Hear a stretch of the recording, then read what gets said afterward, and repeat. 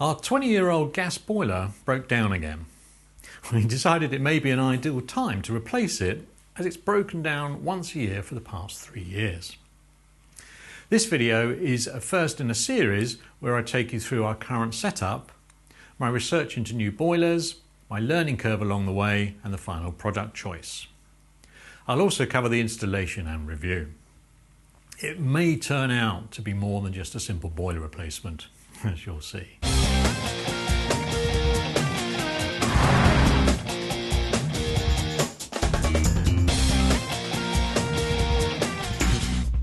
Our current central heating and hot water setup is 20 years old, as I mentioned. It was new when the house was built in 2001. It's an ideal classic FF260 condensing heat only gas boiler in an open vent system. I've had to learn all about different types of heating and hot water configurations in typical UK homes. It's a whole new set of jargon to learn. For example, F&E tank is a feed and expansion tank. As always, please like, comment, and if you've not already done so, please consider subscribing. It's free and it means you get notified when I upload new videos. The old boiler has been fixed and is working again, so we're holding off replacing it until the warmer weather. It's currently March 2021 when I'm filming this, which means the series of videos I was referring to in the intro won't be filmed in weekly installments, rather over a longer period of time. We had been pondering air source heat pumps and electric boilers for a couple of months, as there's a few YouTubers I follow who have them. Whilst I was not actively looking to purchase, I was interested in these technologies. Current events with the faulty boiler have moved that interest into more of an active research topic. I soon find out that in order to research new products in greater detail, I needed to know what we currently have in order to understand if product A would meet our needs and slot into our existing setup. Probably a good time to give you a rundown of our current setup. The boiler you know about, an ideal classic FF260 condensing gas boiler, putting out a maximum of 17.6 kilowatts. We have a conventional copper 140 litre hot water cylinder in the airing cupboard, which replaced our original one about 5 years ago. The original one sprung a leak due to corrosion. Our system is an open vent system, meaning we have a cold water header tank in the loft. There's just the one tank in the loft. Often there's a smaller F&E tank, feed and expansion tank, for the central heating, which tops up the radiators if required. We have this valve here, which you can add more pressure to the boiler, indicated by this dial here. I'm assuming we don't have an F&E tank in the loft, then this valve is doing the same job.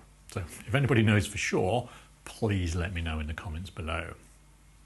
As you'll soon find out, if you've not already guessed, I'm no plumbing and heating expert.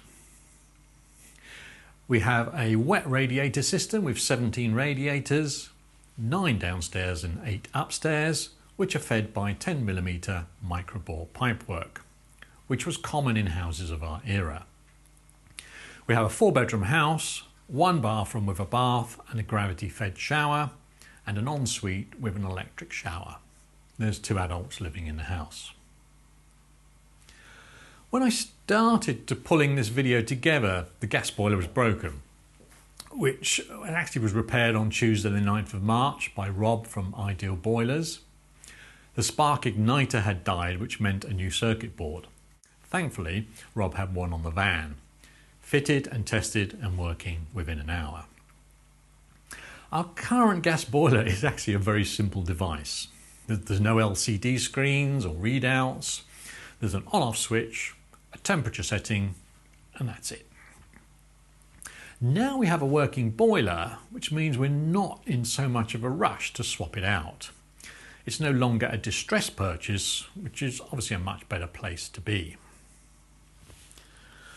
Whilst I was researching information on our current boiler, I found out, being that it's 20 years old, it's not very effective. It's actually laughable how inefficient it is, and more on that in a bit. According to Which? Magazine, the cost of heating your home, particularly during colder months, makes up about 60% of your energy bill. Before I tell you how inefficient our current boiler is, I need to give you some background on the rating system for boiler efficiency. Traditionally, in the UK, boilers were rated using a lettering system A to G. However, this system was withdrawn to avoid confusion with the European energy labels, which use a similar rating but based on different criteria and principles. SEDBUC, which stands for Seasonal Efficiency of Domestic Boilers in the UK. This system classifies and compares boilers on how efficient they are at converting fuel to heat. There are two different types of SEDBUC rating, known as SAP scores or SAP scores. SAP Winter Efficiency, this is a measure by an independent laboratory and is the measure energy efficiency of the boiler, including space heating and hot water. It is calculated to the industry standard called SAP 2009. SAP Hot Water Efficiency, the hot water efficiency figure is how effective the boiler is at producing hot water for your taps. There tends to be a much bigger difference between boilers on this measure. So if you are keen to get the most efficient boiler possible, it should be this figure that you hone in on. So, good news, brilliant, a consistent measure of efficiency. Unfortunately, it's not all plain sailing. This SEDBUC rating was replaced by ERP, Energy Rated Performance, another European directive introduced in 2015. This stated that all new boilers fitted into existing properties must have an ERP rating of 92%. To muddy the waters, SEDBUC rating is still used for boilers in new build homes under the current building regulations and requires a seasonal efficiency of at least 89.5%. SEDBUC is also used for EPC calculations, and more on energy performance certificate calculations in a bit. The good news is that all new gas boilers have a SEDBUC efficiency between 89 and 90% and an ERP of at least 92%. So all toasty in the heat department. So back to our current boiler. How efficient is it? When new, back in 2001, it had a SAP rating of 76.9%. That's bad. Add on 20 years of wear and tear means it certainly won't achieve that figure anymore, even though it's had a yearly service. Some new gas boilers I've looked at have a SAP rating of 98%. Which means if I just swap to a new gas boiler, it would be, as a minimum, 27% more efficient. Almost a 30% saving on fuel costs. That's a big saving. When faced with the need to replace something outside your normal area of knowledge and skill set, then you've got a few options. Number one, call a professional, rely on their expertise to guide you to the best choice. Number two, do your own research, call in a professional so you have some idea what they're talking about and can ask intelligent questions. 3, do your own research and order what you need. 4, do nothing and hope the problem goes away. I'm a point 2 guy with sort of less emphasis on asking intelligent questions. What I have learned is the internet is a wonderful thing for research, but it can also be misleading and very generic in its advice. For example, typing best boiler in 2021 into Google is not going to give you the best option for the size of your home, your lifestyle, available budget to replace what you currently have. It's most likely to take you to a range of reviews or best buy options for internet-based companies who want to sell you their product or service, or to a whole range of products, some of which certainly won't meet your needs no matter how many ratings and top reviews they have. I'm going to take you through my research to date, a little less than 2 weeks into starting it as my new full-time job. It's fair to say I've not come to any concrete decisions at this point. However, I do have an inkling of which way to go. My research has also grown in breadth and there's definitely scope creep. It now covers some technologies that I didn't even know existed before I started. For example, heat batteries from Sunamp Limited, who use a phase-changing material to heat hot water on demand. And then there's TEPO stored heat battery technology. There's also huge efficiency improvements on existing hot water cylinders from products like Mixergy hot water tank. 80% of our UK homes have a gas boiler. If your gas boiler breaks down, as it stands today, the cheapest option is to replace it with a new like-for-like gas boiler, which is what most people will do. However, the science is telling us to stop burning fossil fuels, gas and oil, which means that electricity is the greener option. Electricity is on average 3 times the price of gas in the UK. What subsidies go into gas to making this pricing ratio an imbalance, I have no idea. If you factor in the green electricity generated from solar, wind farms, hydro, it feels that electricity should not be 3 times the price. However, I don't believe these generation methods are factored into the wholesale and shipping level, only at consumer level.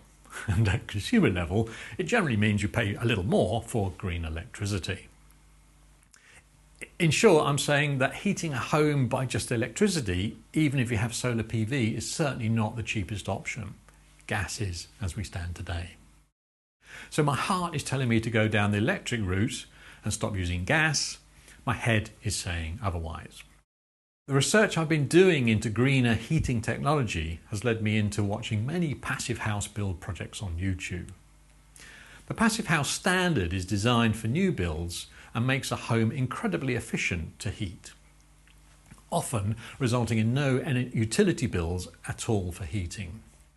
This results in a house that is very low energy use to keep heated. However, it's not practical to apply the Passive House Standard to existing buildings. I then found out about the Enefit Standard, which is specifically designed to retrofit existing housing stock using the Passive House methodology, but adapted to existing buildings. Depending on the level and components used with a retrofit application, it's possible to reduce the heating and energy demand between 70 and 90% for a deep retrofit. I'll leave links down below to videos and resources I've found along the way, so be sure to check those out if that's of interest to you. So my thoughts started to turn to how can I make our home more energy efficient? If we did go down the electric route for heating, by making the home more energy efficient, we could cut down on the amount we use. As I record this, there's no government initiative looking towards making our current housing stock more energy efficient within England. If we are to reach the government's 2050 target of reducing the UK's net emissions of greenhouse gases by 100% relative to the 1990 levels, which would mean a net zero emitter, there needs to be a strong lead from the government. Making a house more energy efficient must start by looking at the fabric of the building. If we can reduce the amount of energy you need to keep the building warm, not only will it be cheaper for the owner in terms of their utility bills, but it also cuts emissions. Having carried out some research into the Enefit, the only sort of sensible option seems to be to go for a deep retrofit, as anything else is a halfway house at best. Excuse the pun. So a deep retrofit is a massive cost and will only be achieved by most householders with some kind of government support, us included. Looking online at recent energy performance certificates, or EPCs, for houses in our road, I've found the following. There are 14 EPCs for houses in our road, ranging from a D to a C energy rating. There are 7 at D and 7 at C. There's 28 houses in our cul-de-sac, so it's a good measure to work with as they were all built at the same time. But what does it actually mean? An EPC gives a measure across the range of criteria, as you can see here. The EPC also gives you a potential rating for the property if you were to carry out some improvements to its energy performance. Looking at the outcome of the rating for the other properties, I know our house will definitely be a C and could even be at the low end of a B rating. How can I be sure? The houses are all built at the same specifications. The C-rated houses have recommended improvements listed as adding solar PV, adding LED lighting throughout, adding solar water heating, all of which I have. If the other property owners applied these recommendations, it would move them to the top of a C rating or just into a B band. Our house will never be an A rated without a deep retrofit. My thoughts at this stage are to improve the house with items that will meet the Enefit standard, so they're in place if and when there is government support to do the whole house.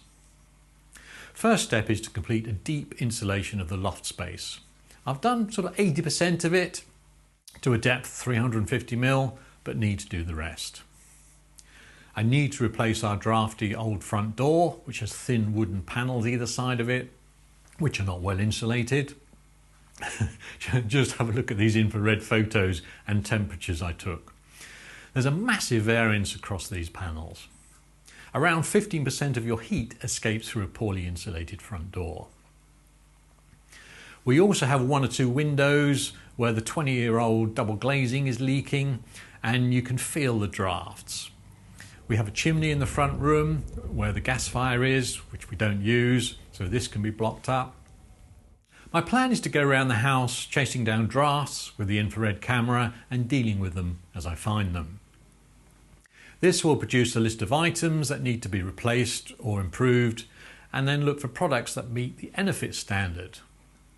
For the front door, we have chosen a thermally insulated front door with a U value of 0.72 watts per square meter degree Kelvin. Oh, that's a mouthful. From a company called RK Doors based in Truro. This door is rated to Passive House standards. The replacement windows will end up probably being triple glazed rather than double glazed as they are now. Also, the type of glass is as important as the frames. There's a balance to be had between solar gain and thermal efficiency from the glass. So depending on the orientation of the windows, south or north facing, letting heat through solar gain into the room may be more important with south facing windows, whereas with north facing windows, thermal efficiency will probably be more important. Therefore, two different types of glass will be required. Those things will reduce our heat loss significantly and improve the house's thermal efficiency. So, this is where I am at the time of recording this video. Still work in progress, as they say. What are your thoughts? So coming back full circle, I'm still not settled on a heating source. I've looked at the Wiseman Vitodans 100-W conventional gas boiler, which is probably the brand and model I would go for if I went down the boiler route. It's 98% efficient. Air source heat pumps sound like a great idea, but I'm worried about them because we have that 10mm microbial pipework. That could cause issues with flow rates.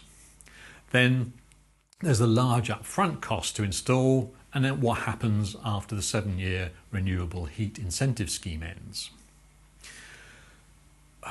We don't have massive amounts of excess solar production in the winter months, which was when we would certainly be using the heat pump more.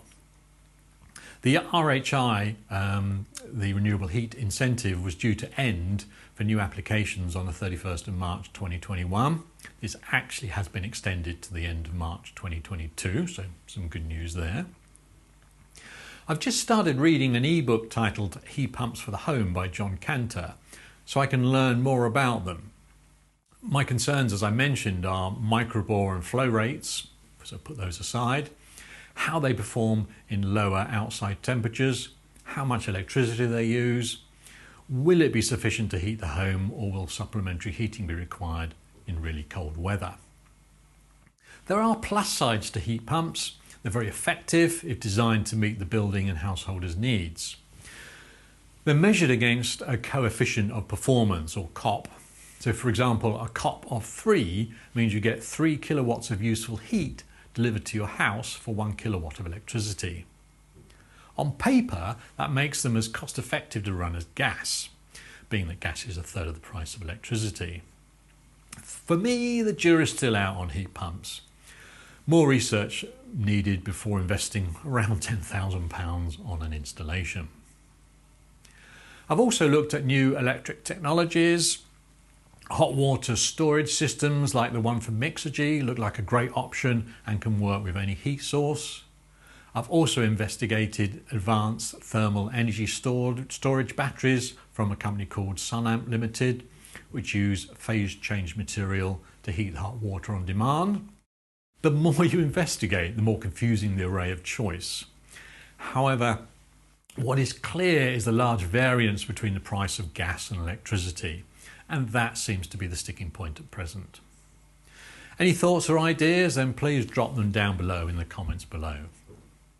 Thanks for watching, and I'll see you on the next video when we'll hopefully be a bit further forward. Take care. Cheers. Bye.